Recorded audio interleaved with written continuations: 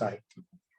So as we saw from the farmers movement in India against these farm laws, that how do we create market linkage without letting our farms and our agricultural world, our subsistence economy being colonized by the corporate forces.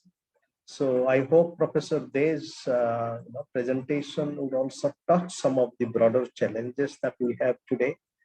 And another very interesting significance is that this whole simultaneous engagement with India and Vietnam, because there are so much things that we can learn together. Unfortunately, in India, our study of India has been so insular that it has lacked a creative, simultaneous global engagement, which is different from comparative studies. It is not just comparing India and Vietnam, but simultaneously engaging with India and Vietnam. So with this thought, we are eagerly looking forward to Professor Dey's presentation, please. Thank you so much, sir. Thank you, everybody, for inviting me to make this presentation. And I expect that at the end of the presentation, we would, as Professor Giri said, we would have a very good idea in terms of what we intended to do with the players in the subsistence marketplaces.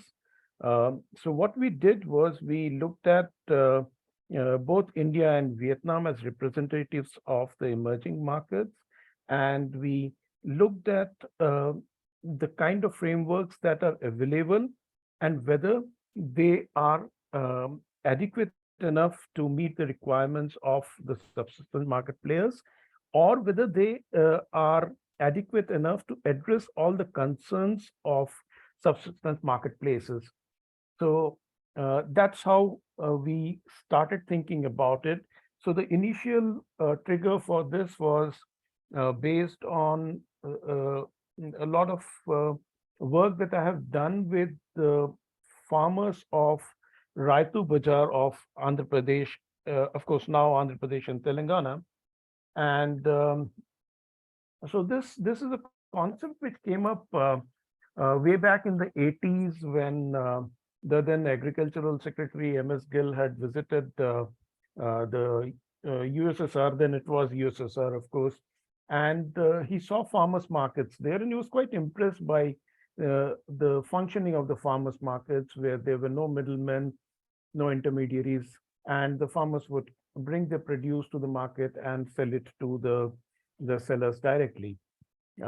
So he was quite impressed by that. He came back to India, and then the first farmers market came up in the Delhi, Haryana region as Apna Mandi. And then many state governments, this was sometime in the late 80s, and subsequently many state governments came up with their own farmers markets. But unfortunately, over the years, we see that the farmers markets have either died down completely in many of the states, or they have been taken up by the intermediaries. Now, I've worked quite a bit with the farmers working in the farmers markets of Andhra Pradesh and Telangana, which is called Raitu Bazaar. Raitu means farmers, and bazaar is a place where exchanges take place. So what we then thought is, let's not just concentrate only on the farmers market in India, but let's take it further and look at whether what we are talking about in India, whether in another emerging market, the same thing can be applicable. So therefore, we picked up Vietnam. Of course, we picked up Vietnam because we, as a team, we knew someone there in Vietnam who is a very fine researcher. She is now in Australia, in one of the universities in Australia. But those days she was in Vietnam, and we thought we will utilize her presence there and then try and see if what we were intending to study works both in India and Vietnam in a similar context. So So let me begin with subsistence marketplaces. Subsistence basically is the low-income people who barely make their ends meet. Now, marketplace is usually where exchanges take place, where public sales take place. So basically, we find that there are quite a few research that has been done on subsistence marketplaces, and uh, one of the striking feature that everybody talks about is that these marketplaces suffer from a lack of proper infrastructure and lack of basic resources. Now, uh, one professor especially has worked quite a bit on subsistence marketplaces, and that is Madhu Vishwanathan, and you'll find a lot of reference to Madhu Vishwanathan's work in our paper here as well. Now, these marketplaces also uh, usually have commodities which focus on the local capacity as sellers strive towards poverty alleviation and self-sufficiency. Now, what happens basically is they do not have the wherewithal to go out from their geographical territory and then deal with items to be sold. Now, let's say in the case of Raitu Bazaar, there is a very uh, strict demarcation being made in terms of uh, farmers operating in each of the Raitu Bazaar. So if I'm a farmer who is not in the given geographical territory of Raitu Bazaar, I cannot function in another Raitu Bazaar. So therefore, the focus is on the local produce largely, which is the same thing with subsistence marketplaces.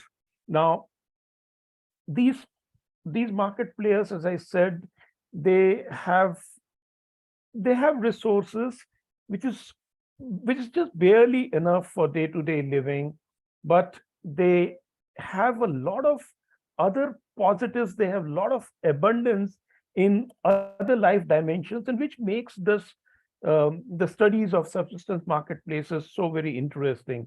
So if one looks at the familial connections, if one looks at the community networks, which uh, if you one looks at that, it emphasizes very rich and culture specific arenas for exchange, uh, that even rich economies often uh, do not have that kind of bonding. So as we go along, we will see one of these being taken up as one of the A's in our work.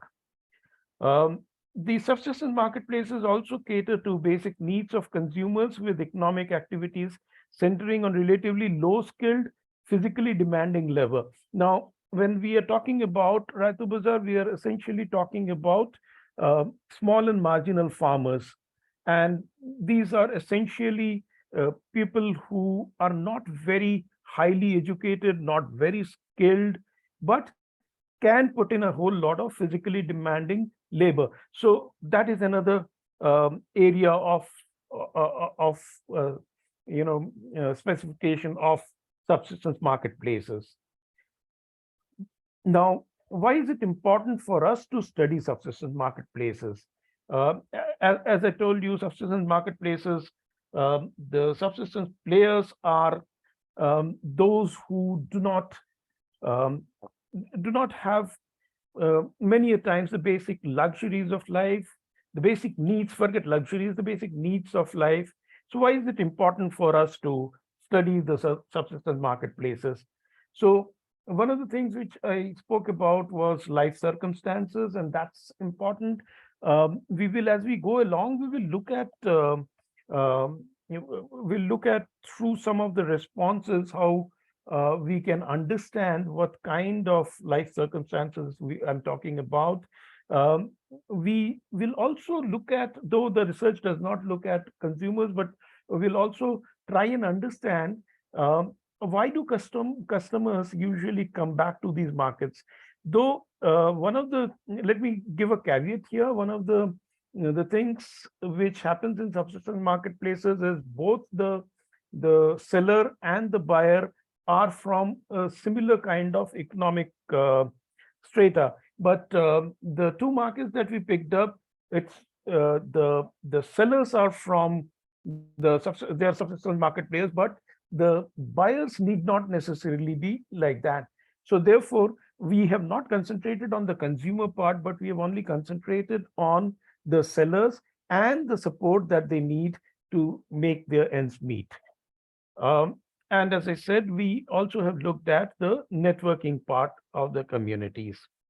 Now, if we look at the income distribution, we know that the annual per capita income below $1,500, there are about roughly 4 billion people living in this world. So which basically means that close to about 56-57% of the population lives with an annual per capita income below $1,500.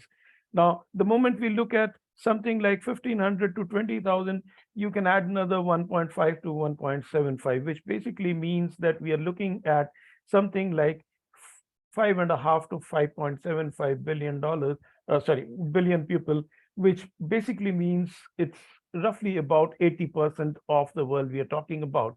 So if that is the kind of population that we are talking about, it is therefore extremely important that one looks at subsistence marketplaces a little more seriously and takes up some serious work on that.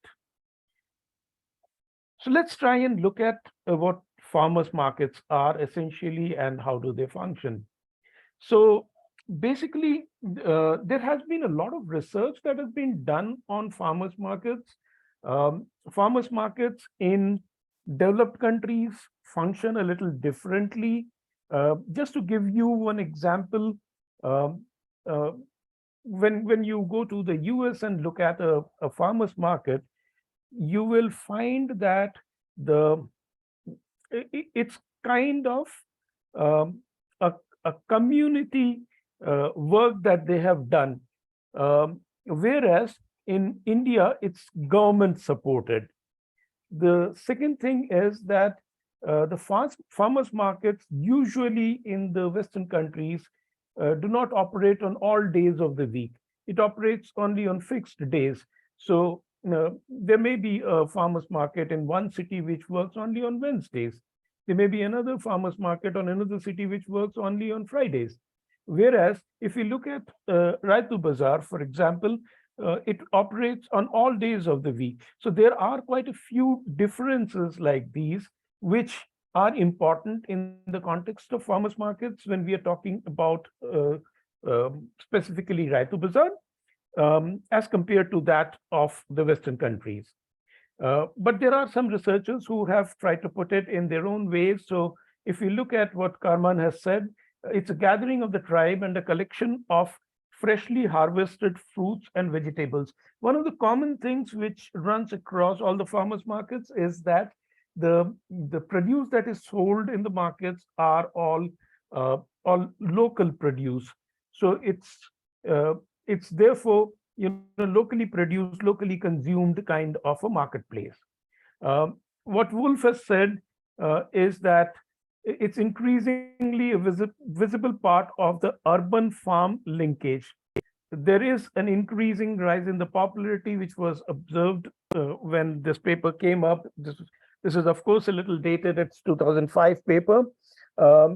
So this basically came up because there was a higher consumer demand for obtaining fresh products. And as I said, one of the striking features of any farmer's market is that they bring in the local produce. The moment they bring in local produce, it ought to be fresh. The concept of farmers market has expanded to include consumer values such as community and embeddedness. Now, this is important, again, largely from the point of view of how the sellers interact with the buyers. Now, after some time, we have observed in our research also that there is a kind of bonding that happens between the seller and the buyer. So, so much so that many sellers give a lot of additional benefits to their regular buyers, which is kind of against the rules of a market like Raitu Bazaar, where the the rules are very, very strictly defined by the government, and yet the farmers, they give discounted rates, they give some other benefits to uh, to those sellers who are quite regular to them. Um, being a local produce market, it has its positive impacts on sustainability and environment as well. Again, local produce, the health and product quality, which even Wolf had said that there is an increasing consumer demand for obtaining fresh produce, which many of the researchers have spoken about it. Social inclusion and interaction with vendors, I mentioned about it. This is another point which is raised in this research paper by Garner in 2016. Now let's come to the need for extending 4A framework. Now, what is the existing framework? We are talking about the 4A framework for market development given by SET and Sisodia. Now, this talks about 4As, which are awareness, accessibility, affordability, and acceptability. Now, if we look at, okay, let me just take all of these. Now, if we look at each of these and put it in the context of farmers markets, there is an effort made by the government to, and in this case, when I say government, it was the Andhra Pradesh government initially in 1999 when they started the Raitu Bazaar, and subsequently post 2014 when the states the state split up into Andhra Pradesh and Telangana. Both the state governments are continuing to do that. So there's a lot of awareness within the farmers about how to operate from Raitu Bazaar, what it takes to operate from Raitu Bazaar, and the kind of benefits that they get. There is a lot of awareness amongst the buyers about the benefits of purchasing from Raitu Bazaar, and therefore they go to Raitu Bazaar to pick up their vegetables. So much so that the footfall on the weekends goes up by close to about 40 to 50% as opposed to the weekdays. Now, again, accessibility is another area which SET and Sisodia has spoken about. In our case, we found that most of these market yards are situated in places where these are not very far from the farmers. The maximum distance a farmer has to travel to reach one of these market yards is 40 kilometers. And for that also, the government has given them subsidized prices to bring their produce. Say, for example, there are buses which are run by the state government. The buses do not charge any tickets from the farmers. For every 40 kgs, they have to pay only 1 rupee. So usually on an average, a farmer brings about 150 to 200 kgs a day. And so therefore, they have to just pay about 4 to 5 rupees. That's what the government charges in terms of bringing the produce to the market. And these market yards are located in places which are very close to colonies and therefore very easily accessible. The affordability angle is also very high. The acceptability angle is also very high, both from the buyers and from the sellers. From the number of footfalls that happens every day, we find that the acceptability is also extremely high. Now, the existing framework, sorry, I missed the last point. Yeah.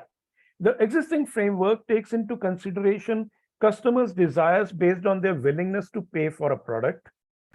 It also takes into consideration the ability to acquire and use the product, to meet their needs and knowledge about the product and the brand. It also talks about the mechanisms that allow large firms or corporations to reach out to consumers or customers. Now, if we look at only this point, we observe that this is so very different from the way a farmer comes to a market yard and directly sells his produce to uh, a buyer. Now, how does he reach out? He does not have a mechanism to reach out. So there is a facility that the government has provided him with. He comes there hoping that the consumer will come. There is no way he can reach out to the consumer. Whereas the large firms and corporations, we all know that they have all the wherewithal to reach out to their consumers. The 4A framework developed to provide conceptual explanation and managerial guidelines that identify those aspects of the consumer that large organizations entering emerging markets need to pay attention to. Now, please mark the word large organizations here. So therefore, when we are talking about subsistence marketplaces, it certainly may not meet the requirements of the subsistence market players. Now, the question we asked was, does 4A framework provide conceptual clarity and practical direction in the context where the sellers are from subsistence marketplaces? Now, we found that the 4As are generic in nature in the BOP and the subsistence marketplaces. They do not specifically address to each and every requirement of the subsistence marketplaces. Absence of now one of the things which initially I pointed out was that subsistence marketplaces, there is very little resource and the infrastructure is poor. So absence of factors that may provide infrastructure and resource related help for subsistence level entrepreneurs in emerging markets is also missing. Now, difference between sellers in subsistence marketplaces and large corporations or government. Now that's another, thing that one has to look at, and I covered that in the last slide. So lack of resources, ability to even reach out to their potential consumers, that's something which is very, very stark when it comes to the sellers in the subsistence marketplaces. Now, what was the need to undertake this research? Now, we thought that if we look at whether an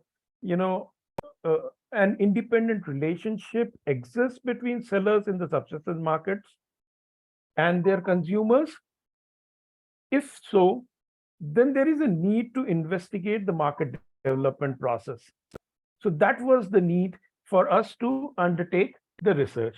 So therefore, we set out to seek answers for the following research questions. The first question was, what are the antecedents, challenges, and benefits of selling at farmers' markets in emerging markets? The second question was, how do these farmers, and I would keep interchangeably using the two words farmers and sellers, because in both the places it's the farmer sellers, and I will come to where we have seen that there are many sellers who are actually not farmers, but they have infiltrated these market yards. So I'll come to that also. But as of now, when I say farmers or sellers, I'm using them interchangeably. Excuse me. So the second question that we thought to look at was, how do the farmers maintain relationships with their buyers? Now, there have been past attempts to look at extending 4A framework. We were not the first people to do that, but there were not many of those. So when we looked at whether there have been any past studies which have tried to extend 4A framework in the context of BOP and subsistence marketplaces, no, there weren't many. So this was one of the problems we faced with the journal.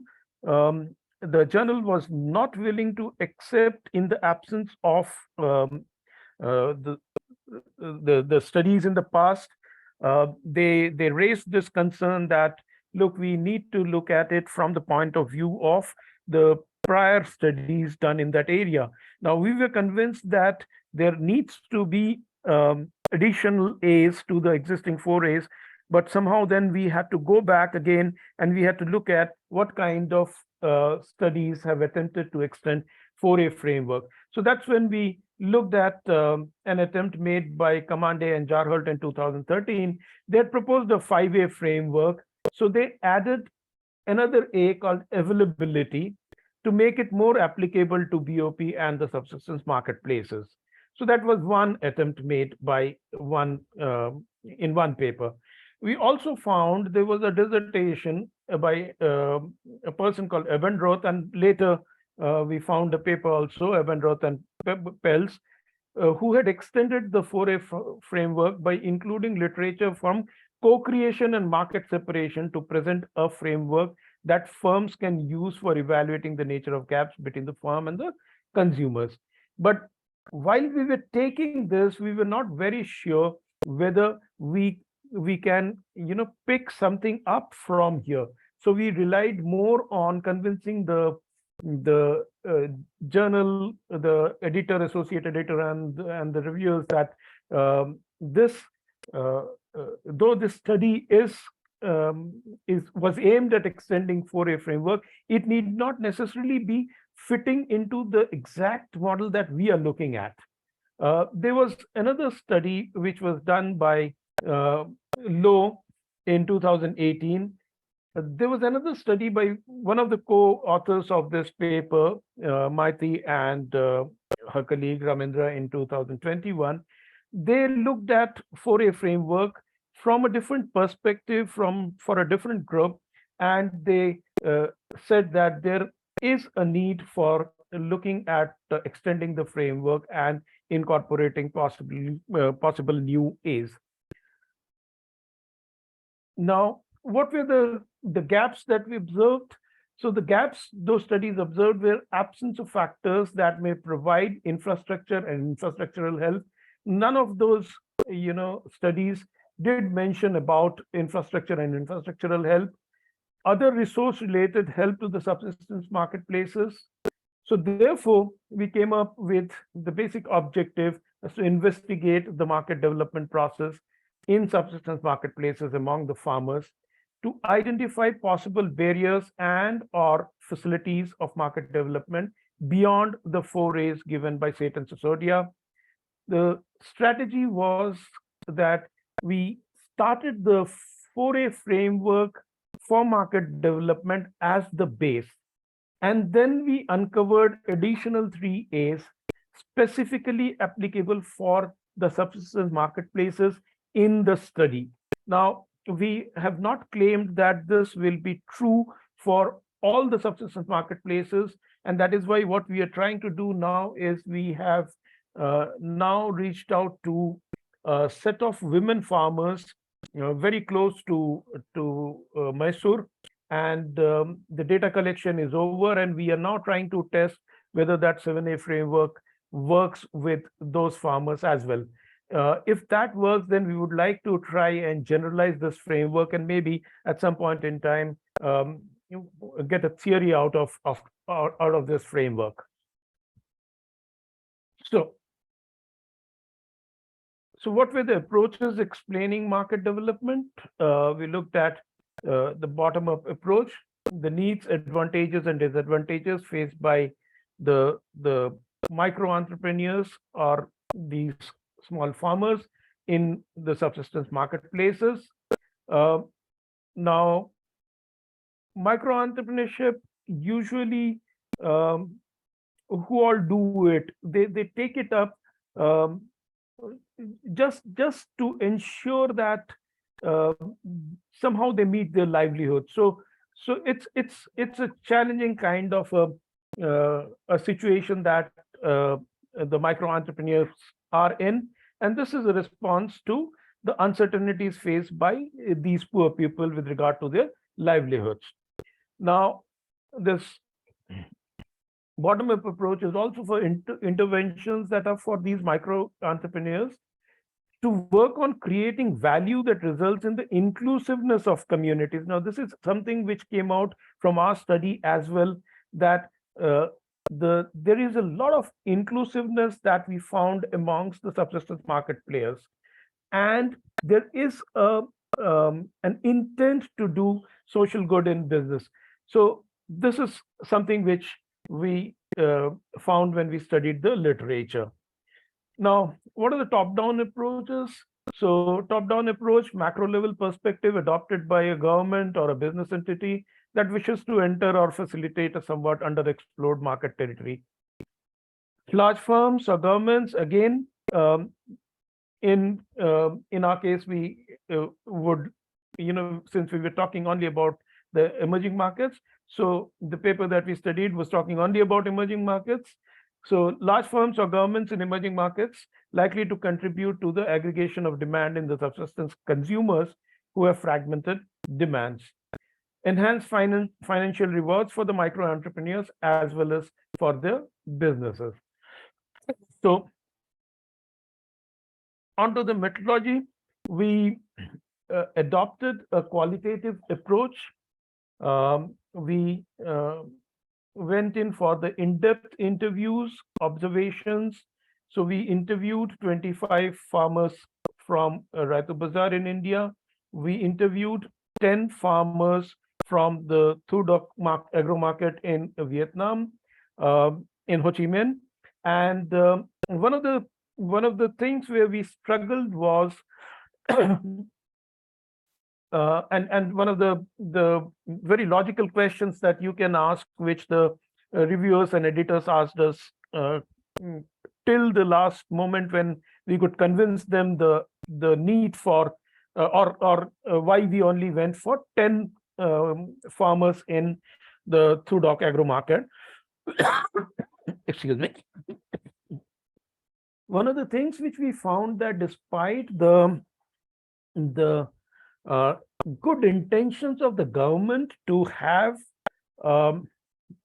to eliminate intermediaries from these market yards, the intermediaries still function, the middlemen still function, and there are a large number of middlemen who are functioning in these market yards. Now,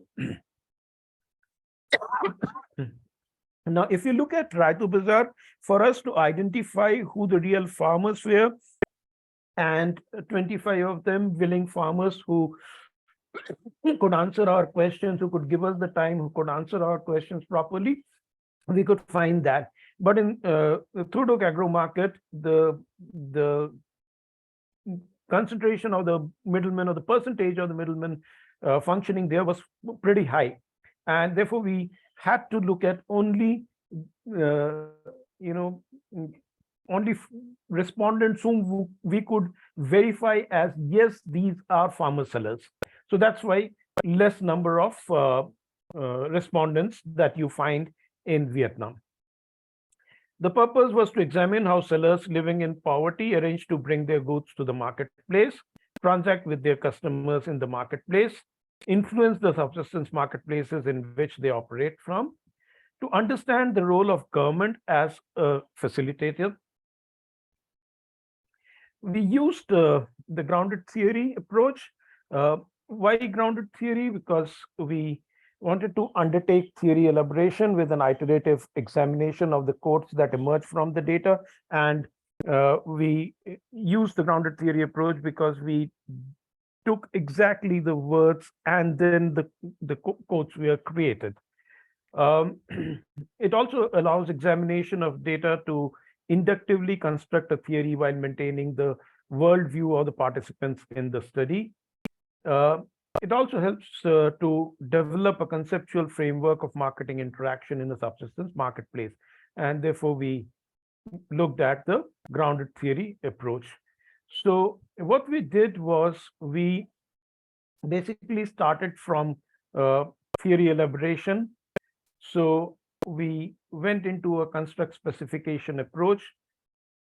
Then we looked at identification of new theoretical constructs, then reflected changes on empirical realities, And then we looked at the change compared to the original specifications provided by an existing framework. Once we looked at that, we also looked at how it improves the validity of the existing framework. So that was the kind of work that was the approach that we had done. So we looked at uh, how it improves the validity of the framework, how it improves the scope of the existing framework. And this entire thing then resulted in the 7A framework. Now, just to give a little bit of a background, I already have covered this. Raitu Bazaar was set up in 1999, right in AP, India.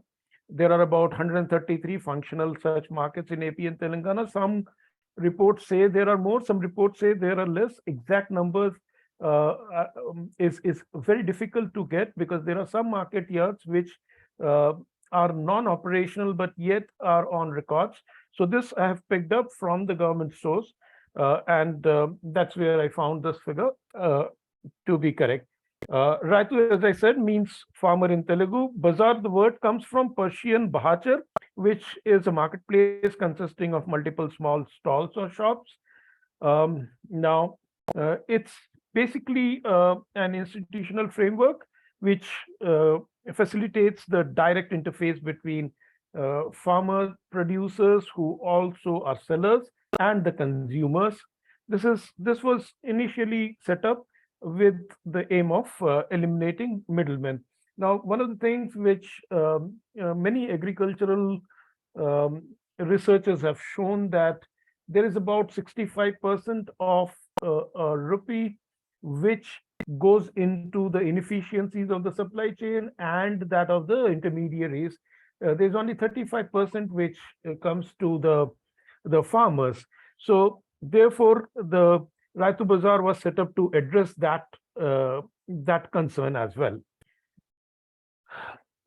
Looking at the Thudok agro market, it's one of the 3 largest wholesale markets in Ho Chi Minh City.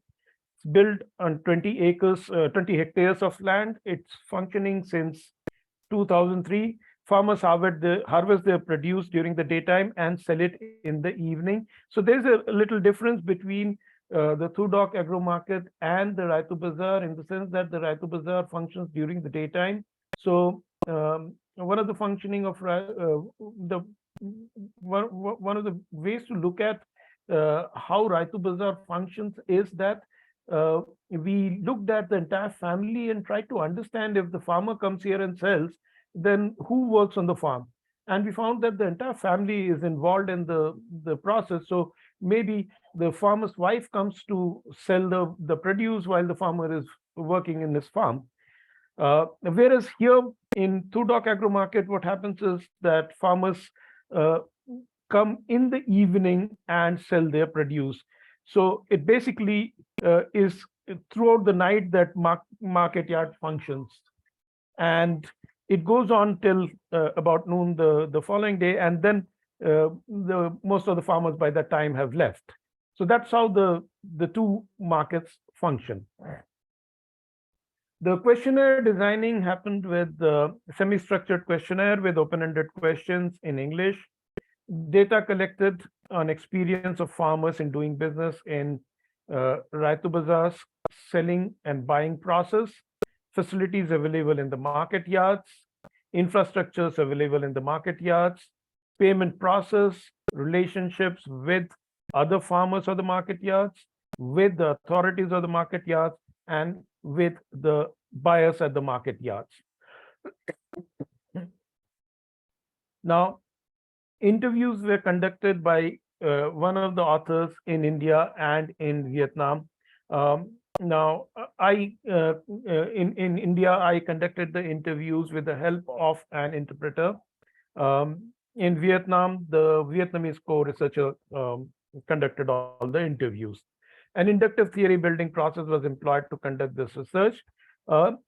In India, each of those interviews lasted for about 45 to 60 minutes. In Vietnam, it lasted for about 60 to 90 minutes. As I said, the sample size in India was 25 and that in Vietnam was 10. The sampling method used in India was convenience sampling. Now, that was convenience sampling because I have been working in these market yards for a long time, and I know uh, who is a farmer, who is not a farmer, and therefore for me to employ convenience sampling was easy. Whereas in Vietnam, my co-researcher had to uh, use the snowball sampling method because uh, she was new to the market. She had not previously worked with the farmers in the market, so she needed snowball sampling to in order to reach out to the respondents. The language in India was Telugu, and then we recorded the whole thing and then translated it and then transcribed it. And in Vietnam, it was Vietnamese, and the same process was employed. Now, for selection of the sellers, as I said, non-farmer sellers or middlemen were not interviewed. But one of the things which we also looked at is that they should be willing to devote at least about an hour for the interviews.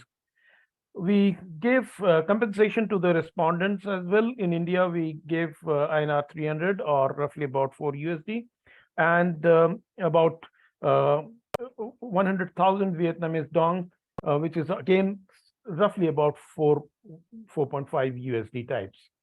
And for the participants, their identities are masked, so we use pseudonyms so that we could protect the identities of the participants. So we used thematic analysis and code development.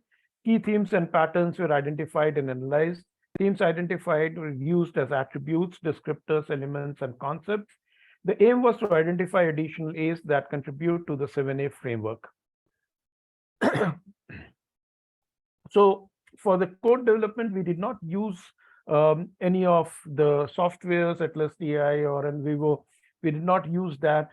We used manual coding using Excel.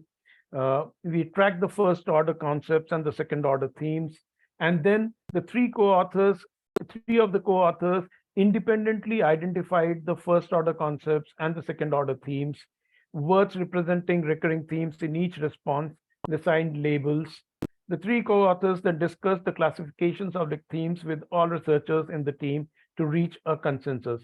The aggregate dimensions were decided after attaining unanimity. Probably if we would have used the software, we would have again used the same thing because there were multiple authors and we needed to arrive at a consensus in terms of understanding what were the quotes and what were the themes. So this essentially gives the sample coding. So the first order concepts you can see are there on the left side. The second order themes are given there, and then the aggregate dimensions are given extreme right. So the aggregate dimensions give us the additional 3 A's. Now, I won't be reading out the first order concepts, but if you look at the second order theme, essentially two major things that we find is one is constant adaptation and flexibility, and the second is buyer-seller relationship. And many of the respondents have spoken about this. So from these two themes, we can come to 1A or the first A, which we are calling it as alignment. Alignment, or we are calling it as the strategies for maintaining relationship with customers. Then we had two more second order themes, which were family oriented business. As I said, we found in both the cases, in both India and Vietnam, there is a huge amount of support from the family to the farmers. So as I said, if the farmer is working on the farm, the wife is selling, or his son is selling, or his daughter is selling. There are families where one person is only into selling, everybody else is into the farm. So we have seen that kind of a family orientation there. We also found that all these farmers felt that there is a profitability which they have got in the absence of middlemen, but most of them have also complained that the profitability is less because there are a lot of middlemen who have actually come into the marketplace by unscrupulous means. So therefore, we felt that the next A that is required is alliance, which basically means that the strategies for maintaining relationships with the family members, within the with all producers and the administrators is required. Then we arrived at three second order themes, which were challenges due to high competition among sellers, challenges due to insufficient and overcrowded facilities. Now, this is one of the things which we found, especially in India. In Raitu Bazaars, there is no fixed stall which is given to a farmer. So the stalls are given on a daily basis, on a first come, first serve basis. So therefore, whoever comes early gets a stall. But then the number of farmers operating from the Raitu Bazaars are so high that the number of stalls are inadequate. So therefore, the whole place becomes extremely overcrowded. And I have a lot of snaps where I've taken those snaps just to see how how there are a lot of farmer sellers who are sitting on the other side of the stalls, exactly on the opposite of the stall, and they've completely blocked a passage. So that creates a lot of problem. So there are multiple challenges that are faced due to insufficient and overcrowded facilities. There is a need for some kind of an empowerment due to the infrastructure which has been provided. There has been a lot of empowerment, but yet there is a lot more empowerment that needs to be provided. So if we look at the entry point to the market yards, the entry point to the market yards are filled up with lot of other sellers, which actually should not have been as per the government directive. But that's how it works. And that's how we found in both the places. So when we looked at these three second order themes, we understood that there is a need for the government or the authorities to assure the farmers about the support that they would be given. So therefore, we came up with the third A, which is assurance, the policy support required from the government and public or firms. Sorry.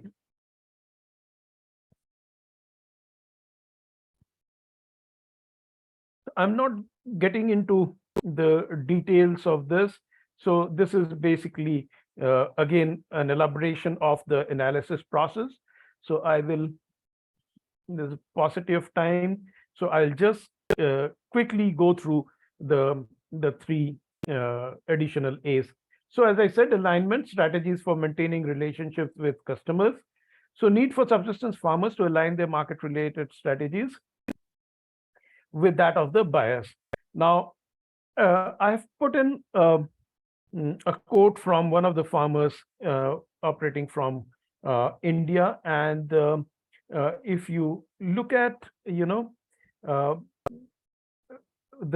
how does he maintain relationship? So he maintains a relationship through negotiations. He says, I allow negotiation. And we found that word negotiation to come up quite often. Buyer-seller relation, another farmer from India says, I spend a little extra time talking to the customer to build a good relationship with them. Now, this also came up. There is an effort from them to create that relationship, which means that these customers would come back to them. They also put in efforts to have a very good relationship with the estate officers. The estate officers are the administrators who have been appointed by the government to oversee the function of each of the Raitu Bazaars. Alliance strategies for maintaining relationships with producers and administrators. Again, if you look at one statement from one of the Vietnamese farmers, it says, my parents have a kiosk in this market since the 1990s. At that time, this market was not officially built and managed by the government, and they do the business here. Now my parents stay at home to take care of my babies, so I took over the family business. I work here every day with my wife from around 8 p.m. to 10 a.m. So this is something which we found over and over again. The next point I spoke about was profitability due to the absence of middlemen. Again, one Indian farmer says, this is the most suitable place for farmers to sell without giving any cut to anybody. That is the reason why I come here. The third additional A that I spoke about was assurance, policy support required from the government and or firms, need for providing support from the government or large firms to function in the marketplace. In our case, large firms won't happen because it's a government sponsored thing. So challenges due to high competition among sellers. So Vietnamese farmer says competition is fierce. Currently, there are only a few kiosks available for rent. All of them are in use. Therefore, we need to set the price as competitive as possible. In India, the farmers are not allowed to set up the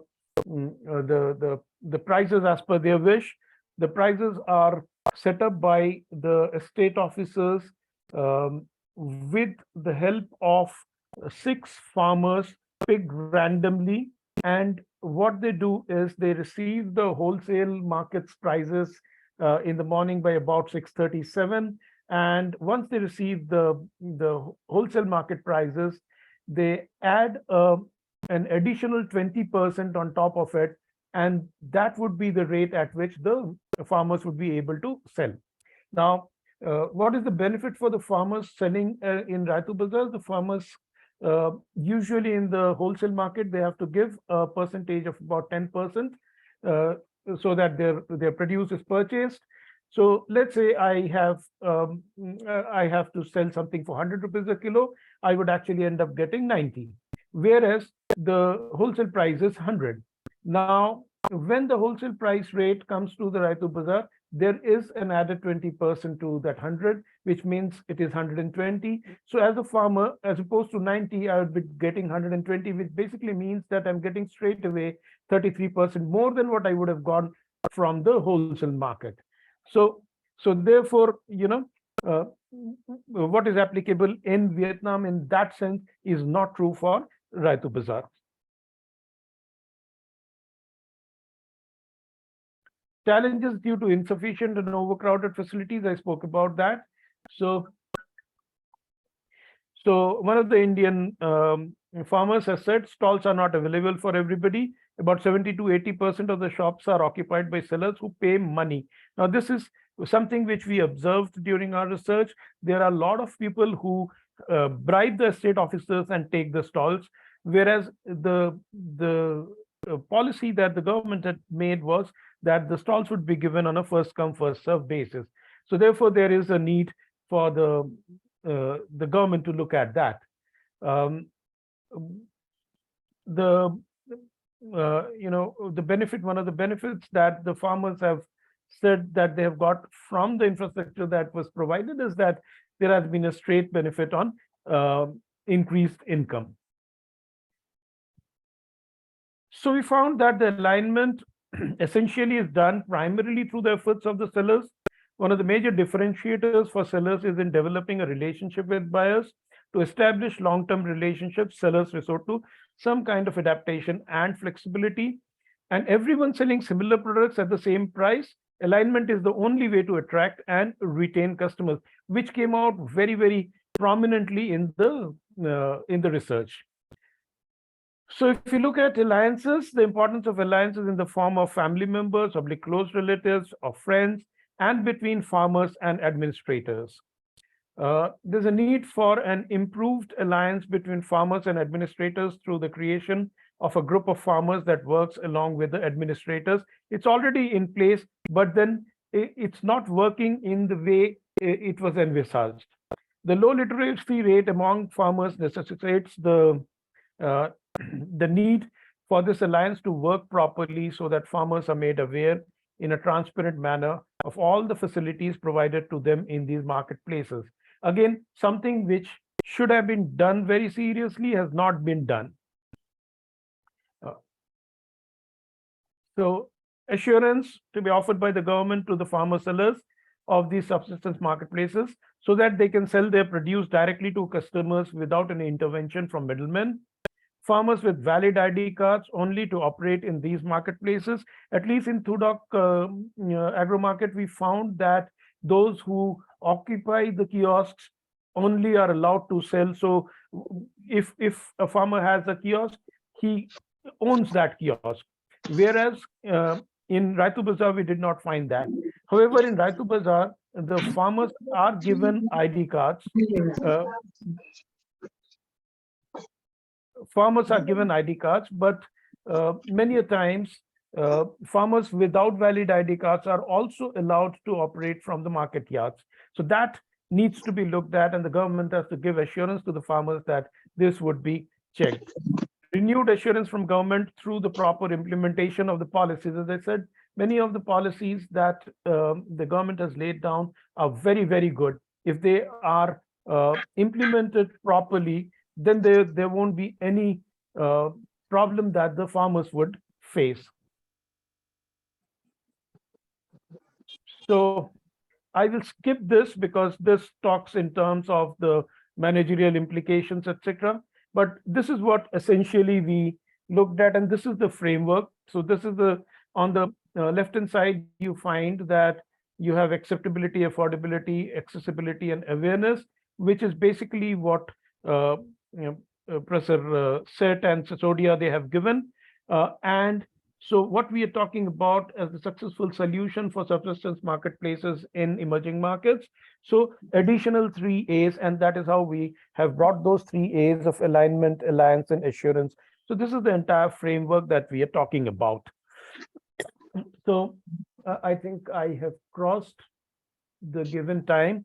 So I will stop here and would request your, I'm not going through the contributions and the managerial implications or this, I'm just skipping this. So open to discussion.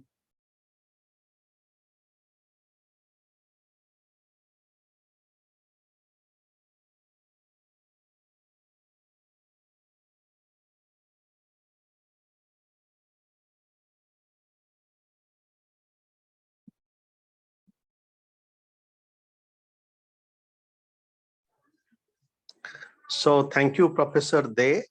Randhir. So now I invite questions and reflections, please. So friends, you please raise your thoughts. Professor De, you please take note of all the questions and you can kindly come at the end.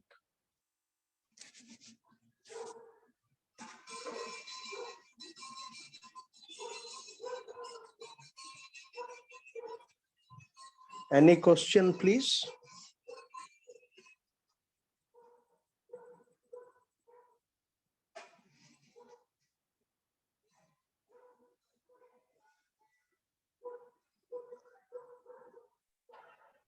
Hello, Ananta, Dr. Tamanna Khosla has asked 2 questions in the chat box that can be discussed.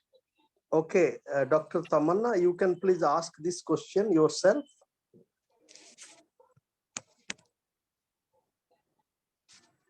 Okay, now Dr. De, you can read the question in the chat. No, Dr. Tamanna is coming. Okay, I've seen it. Yeah, I've seen it. Okay, so okay, just wait for a minute. Minati, you have some question, please. You can bring, and then Gyan Luigi, after these 3, you can please give your thought, Dr. De. Thank you, Ananta. First, I would like to thank Professor Subhendu for making us understand in detail that sustenance of the marketplace. I mean, it would take a little more time to assimilate the full concept and things like this. But one thing I was just, maybe please pardon me, it is my silly, question like thing. When he was explaining the market development, there were 4 points, no? In the third point, affordability, that he was telling willingness to use and ability to, that is ability to use or ability to pay. I mean, little bit clarification on that point. Thank you. Okay.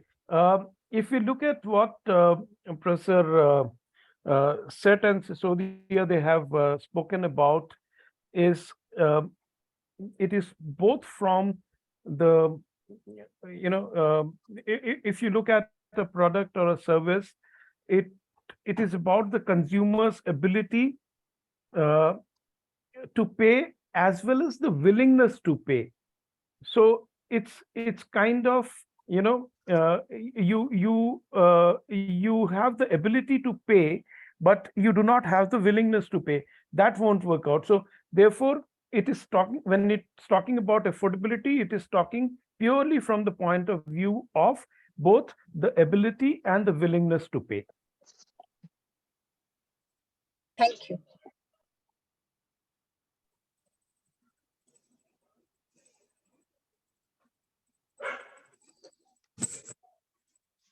Yes, I wanted to ask Professor two questions.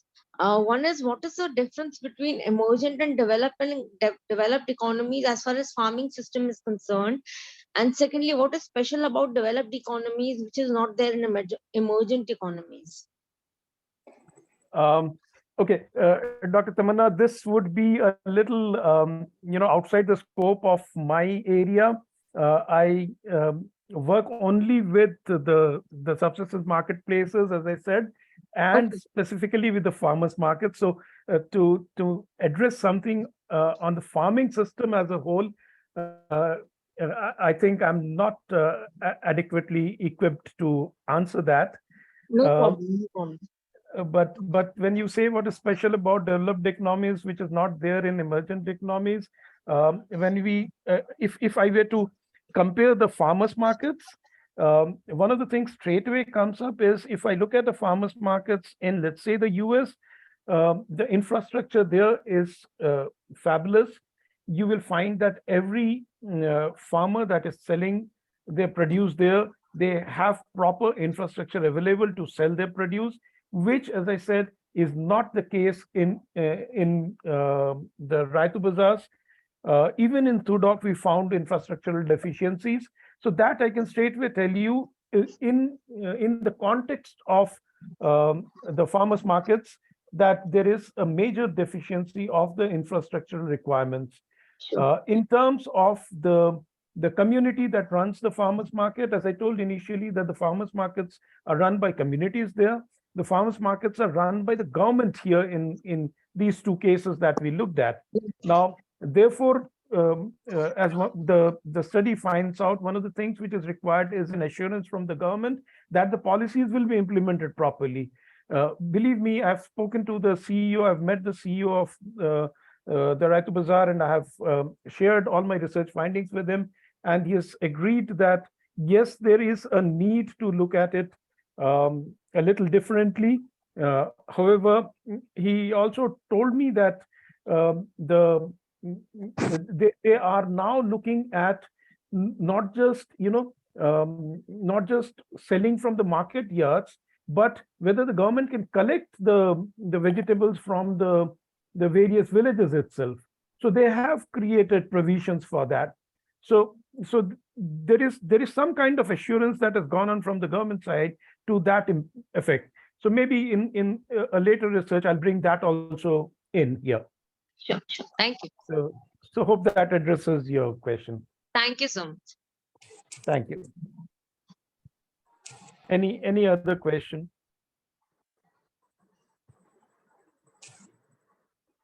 Yes, Professor Day.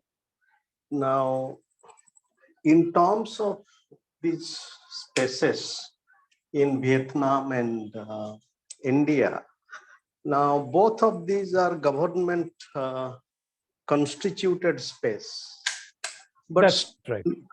Still, what is the differential role of people's organizations and the history of people's mobilizations. Because as you know, that in especially Telangana, there is a history of farmers movements and farmers unions, and even this whole Raitu Bandhu program of the present government.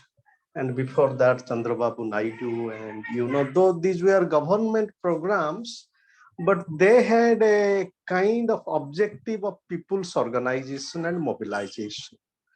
So when there is the thrust towards people mobilization, even if it might be government initiated, then it has a potential to take a turn on its own turn. So did you look into that people's mobilization aspect in creating a space for the market? The second query is that the very language of subsistence market, now it is it might be language of the beginning, but in the marketplace, it is not just subsistence market. Is it only subsistence market? Or it is a marketplace with its plurality? Because there is also a kind of flourishing in this marketplace, but the language of subsistence, brings us to the bare minimum, and it is a language of available intellectual discourse, and it is not isolated from Maslow's hierarchy of needs, because we are producing for subsistence, therefore it is subsistence market. So the subsistence market may hide the pluralities of market behaviors and market spaces that is emerging along them. Because this is not just necessarily, is it related only to farmers' produce, or there are still some plurality of exchange? The third question is the question of the women's space and agency. And possibly in Vietnam, there might be more women's role there, and Telangana might be still patriarchal.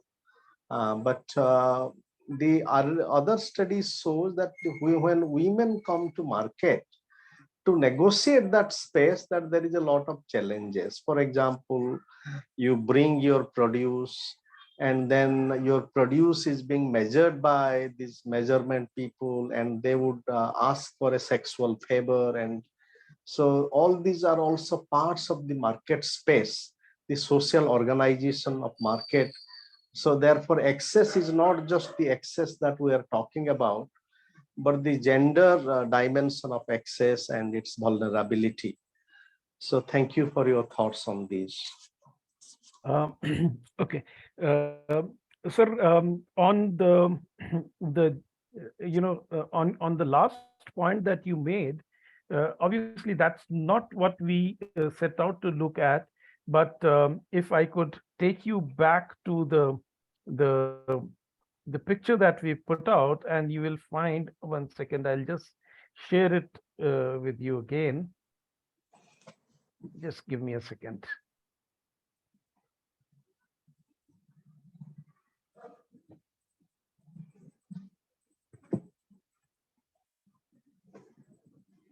Yeah.